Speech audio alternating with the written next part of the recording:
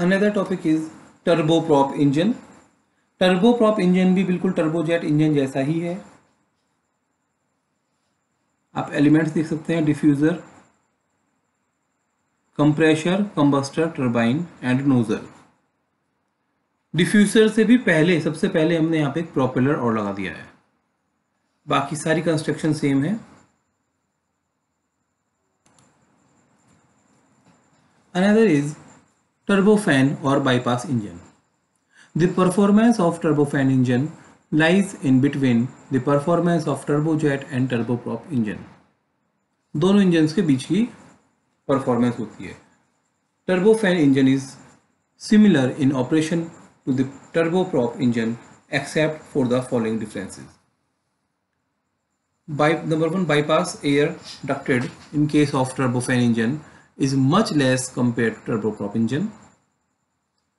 Second is the bypass air is accelerated by a fan in case of turbofan instead of the propeller in case of turboprop engine. Both the bypass air and the main air passing over the turbine are mixed before the entry to the nozzle in case of turbofan engines. Elements आप यहाँ clearly देख सकते हैं। Compressor है, combustor, turbine, turbine भी दो लगाए हैं, high pressure turbine, low pressure turbine. उसके बाद नोजल है, और कंप्रेशर से पहले गियर रिडक्शन यूनिट, उससे पहले फैन। एयर इनटेक होगी, कुछ एयर टरबाइन यूनिट के अंदर से फ्लो होगी और कुछ एयर डायरेक्टली बाईपास से होते हुए सीधा लास्ट में पहुंचेगी नोजल तक।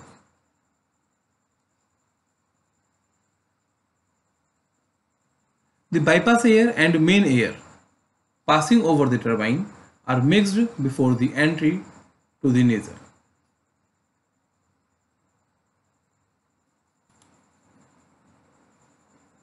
Next is ramjet.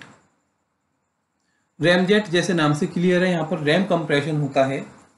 RAM compression हम पहले अभी हमने पढ़ा, जो डिफ्यूज़र में कंप्रेशन होता है that is ram compression.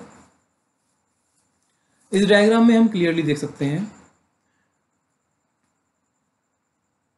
There are only 3 components, diffuser, combustor and nozzle. Means ध्यान देने की बात यहाँ पर ये है, इसमें ना कंप्रेशर है ना टरबाइन है।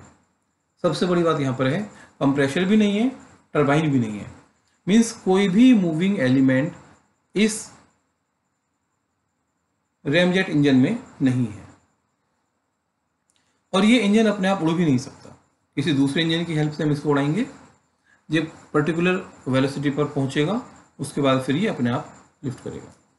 डिफ्यूज़र में अभी रनिंग कंडीशन में ये रैमजेट है, हाई वेलोसिटी पर है। Air intake at supersonic velocity.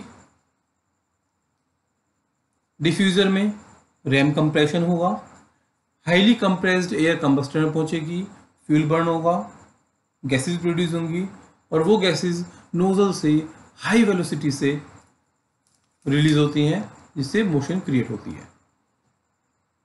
This is ramjet. Diagram में आप देख सकते हैं, डिफ्यूज़र में प्रेशर इंक्रीज हो रहा है, वेलोसिटी डिक्रीज हो रही है, एंड लास्ट नोजल में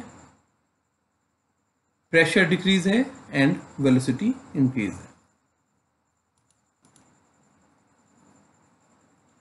रैमजेट का टीएस डायग्राम आप देख सकते हैं, 1 to 2 compression in the diffuser, 2 to 3 combustor process, 3 to 4 expansion in the nozzle.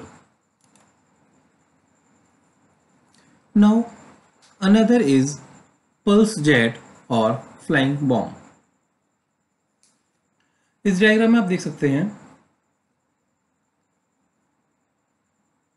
this is diffuser, this is combustion chamber and this is nozzle. Means construction is just like ramjet. इसमें थोड़ा सा modification हमने और किया। Diffuser से पहले हम एक हाई प्रेशर की एयर बॉटल फिल करेंगे। जब एयर के हाई प्रेशर से शटर वाल्व ओपन होता है, एयर कंबस्टर में एंटर होती है, दोनों साइड से फ्यूल एंटर हो रहा है कंबशन चैम्बर में। एयर की प्रेजेंस में फ्यूल बर्न होगा, स्पार्क प्लग ऑलरेडी अवेलेबल है। फ्यूल बर्न होगा तो हाई प्रेशर पर गैसेस प्रोड्यूस होती हैं।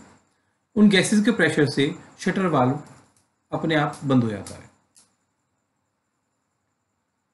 That is non return valve. Gases move करती हैं in the forward direction and these gases release from the nozzle। इन गैसेस का प्रेशर कन्वर्ट हो जाता है into the high kinetic energy में।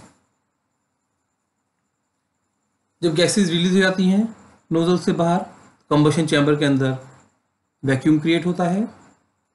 इस वैक्यूम की वजह से शटर वाल्व फिर ओपन होता है और एयर का इनटेक फिर से पॉसिबल हो पाता है। This is the procedure for pulse jet और फ्लाइंग बॉम्ब।